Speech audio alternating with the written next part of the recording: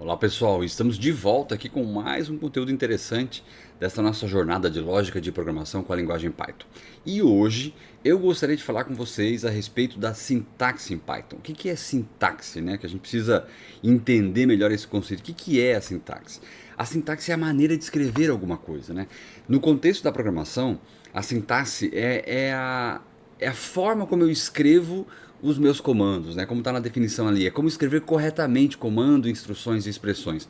É muito importante que nós conheçamos a sintaxe dos comandos que nós vamos utilizar para que eles possam de fato ser compreendidos pela linguagem de programação que nós escolhemos e ao mesmo tempo interpretados para que se transforme naquele código que possa ser executado pelo nosso processador, pelo nosso computador. Então, e a sintaxe ela tem algumas sutilezas, algumas questões que nós precisamos entender, né? Que é a forma de fato como eu escrevo códigos, como eu escrevo comandos que vão ser compreendidos pelo meu compilador ou pelo meu interpretador e ao mesmo tempo serão também traduzidos corretamente para a linguagem do computador, a linguagem que a máquina vai entender.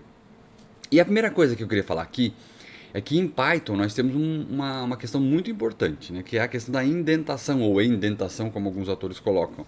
O que é essa indentação? É a organização do meu código, os espaços que eu vou deixar, né, os tabs aqui do teclado, os parágrafos que eu vou fazer. Algumas linguagens de programação trabalham muito com ponto e vírgula para encerrar uma linha de código, com as chaves para abrir blocos, fechar blocos, ou mesmo parênteses. O Python ele é muito mais simples do que isso, é muito mais minimalista, eu não preciso usar praticamente nada disso, só em algumas circunstâncias, tá? Só que a organização desses espaços em branco são levados muito a sério. Então, se eu tenho lá um código que é subordinado a outro, que está dentro de outro, vamos falar assim, eu preciso deixar esse espaço em branco. Vejam vocês aqui embaixo. Aqui embaixo a gente tem um bom exemplo. Vou pegar o meu laser de novo. Tem um bom exemplo aqui. Ó. Eu tenho uma função e essa linha aqui está dentro da função. Ela é subordinada àquela função, ela faz parte daquela função. Então eu tenho que deixar um espacinho em branco aqui no começo para deixar claro, e a isso nós chamamos de indentação, tá? Esse espacinho em branco aqui, esse código está indentado, isso ele está organizado com esses espaços em branco que são necessários, esse parágrafo aqui. Então beleza, essa linha está correta, está dentro da função. Esta linha de baixo não está dentro da função. Aqui eu teria um erro. Né? Então, como eu estou falando aqui, ó, a organização do espaço em branco no Python é levada muito a sério. Quer dizer, não posso esquecer tabulação, não posso colocar espaço no lugar errado, porque simplesmente ele não vai rodar. Ele leva em consideração esses espaços para garantir que o código fique legível, que é um dos princípios do Python, fique legível, fique elegante, né, como eles gostam de falar, e ao mesmo tempo ele usa também como sintaxe, como uma forma de escrever os comandos. Esses espaços em branco, essas tabulações, esse parágrafo, é parte da maneira como eu escrevo um código em Python. Então isso a gente precisa ficar bem atento, e à medida que a gente for avançando no nosso curso eu vou dizendo onde que tem que ficar atento. Ó, aqui vai um espaço, aqui vai um parágrafo, enfim, para a gente ficar ligado. Beleza? Uma outra coisa, o Python é um tipo de linguagem case sensitive, isto é, sensível ao caso, sensível ao contexto, tá? O que significa isso? Ele faz diferenciação entre maiúsculas e minúsculas, tá? A palavra casa, tudo minúsculo, é diferente da palavra casa com C maiúsculo, que também é diferente de casa com todas as letras maiúsculas. São coisas diferentes. A linguagem Python diferencia tudo isso, então ela é aquilo que a gente chama de case sensitive, isto é, uma palavra com apenas uma letra maiúscula é diferente de uma palavra toda em minúscula ou então uma palavra toda em maiúscula. São coisas diferentes. Se eu criei uma variável tudo em minúscula, que é a convenção, e depois eu vou usar essa variável, eu coloquei com a letra maiúscula, ele diz que ela não existe, porque ele entende que são coisas diferentes. Beleza? Temos que ficar ligado nisso também. As principais palavras reservadas do Python estão aqui, ó. False, await, else, import, pass e assim por diante, que são comandos da linguagem. Break e assim vai, if e assim por diante, tá? Todas essas palavras são palavras reservadas.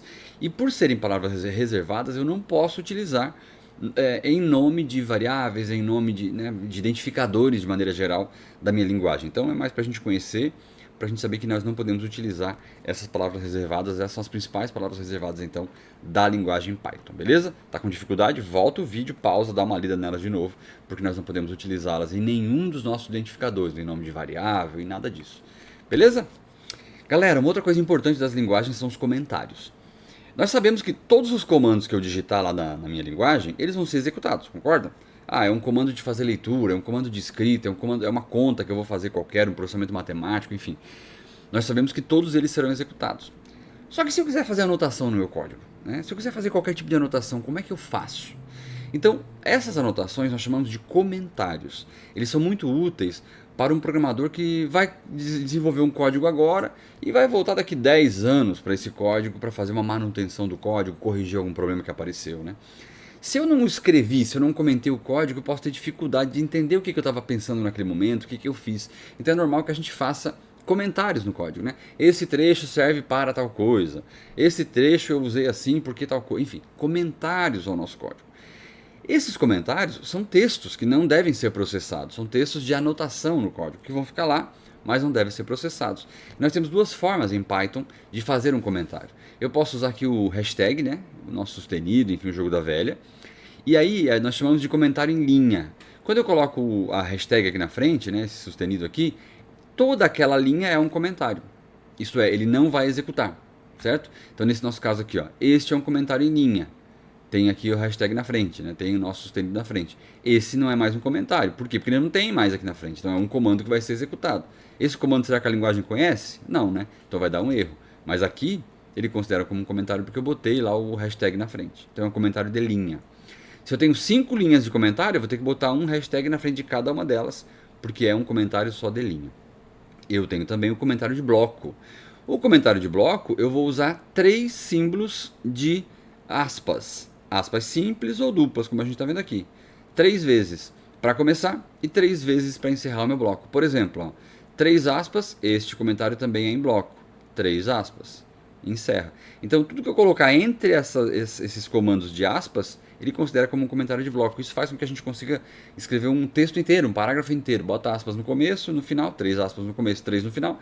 E eu tenho aquele bloco inteiro como comentário que não será executado. Serve apenas como uma anotação no meu código. Mesma coisa serve para aspas simples, tá? Mesma coisa. Este parágrafo é em bloco, enfim, um comentário em bloco que ele vai criar para a gente aqui. Beleza? Tenho 2 tipos de comentário, o comentário em linha e um comentário em bloco. O hashtag é o sustenido e as 3 aspas simples ou duplas para iniciar e para fechar os nossos comentários. Muito útil, galera, para a gente deixar a anotação no nosso código sem nenhuma dificuldade.